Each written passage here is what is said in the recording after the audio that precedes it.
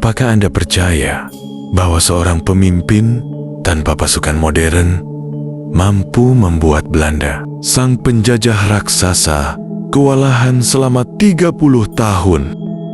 Inilah kisah Sisingamangaraja 12, Raja Batak yang tak hanya bertarung demi tanah kelahirannya, tetapi juga menginspirasi ribuan orang untuk berdiri melawan penjajahan. Apa rahasianya? Strategi apa yang digunakan hingga membuat Belanda kalang kabut? Di tanah Batak yang dikelilingi pegunungan, lahirlah seorang pemimpin besar. Sisingamangaraja 12 adalah simbol perlawanan rakyat Batak. Sebagai penerus kerajaan Batak, ia bukan hanya seorang pemimpin spiritual, tetapi juga seorang ahli strategi perang. Namun, keadaan berubah saat Belanda mengincar wilayah Batak.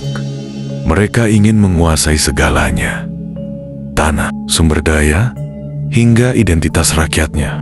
Apa yang dilakukan Sisingamangaraja 12? Ia tidak menyerah. Sebaliknya, ia menyiapkan sebuah perlawanan yang membuat Belanda berpikir 2 kali untuk masuk ke wilayah ini.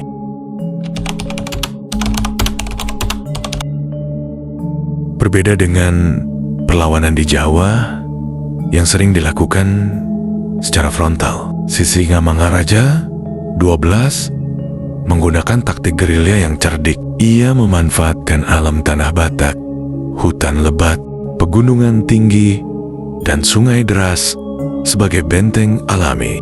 Pasukan Belanda, meskipun memiliki senjata modern, kesulitan menghadapi medan yang tidak mereka kenal. Sisingamangaraja 12 membagi pasukannya menjadi kelompok-kelompok kecil yang bergerak cepat, menyerang, dan menghilang sebelum musuh sempat membalas. Strategi lainnya, ia memperkuat hubungan antar suku di tanah Batak, membangun aliansi yang solid, dan memastikan bahwa rakyatnya mendukung perjuangan ini. Bahkan, ia menggunakan strategi psikologis untuk melemahkan moral pasukan Belanda.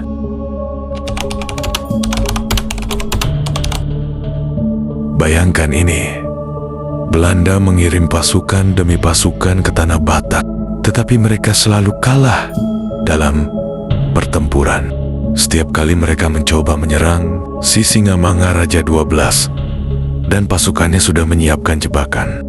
Salah satu momen paling menggetarkan adalah ketika pasukan Belanda mengejar Sisingamangaraja di tengah hutan. Bukannya tertangkap, pasukan Belanda malah terperangkap di dalam rawa-rawa dan kehilangan banyak tentara. Strategi ini begitu efektif hingga Belanda mencatatnya sebagai salah satu perlawanan paling sulit yang mereka hadapi di Indonesia. Apa yang membuat semua ini lebih luar biasa? Sisingamangaraja 12 berjuang tanpa logistik modern. Ia mengandalkan kekuatan rakyat, solidaritas, dan keberanian tanpa batas. Namun, seperti banyak pahlawan lainnya, perjuangan Sisingamangaraja 12 akhirnya mencapai titik akhir pada tahun 1907. Setelah bertahun-tahun bertempur, ia gugur di medan perang. Tapi, apakah ini akhir dari perjuangannya? Tidak. Sebaliknya, Batak dan seluruh Indonesia, ia menunjukkan bahwa meskipun melawan penjajah yang kuat, perjuangan demi kemerdekaan tidak pernah sia-sia. Ia mengorbankan nyawanya agar kita, generasi penerus, tidak melupakan arti kemerdekaan yang sesungguhnya. Kisah Sisingamangaraja 12 adalah pengingat bahwa perjuangan untuk kebebasan membutuhkan keberanian, strategi, dan pengorbanan. Jadi, apa pelajaran yang bisa kita ambil? Bahwa ketika kita bersatu dan berani melawan ketidakadilan, kita bisa menghadapi musuh sebesar apapun. Jangan lupa untuk like, share, dan subscribe untuk lebih banyak kisah inspiratif dari sejarah Indonesia. Sampai jumpa di video berikutnya.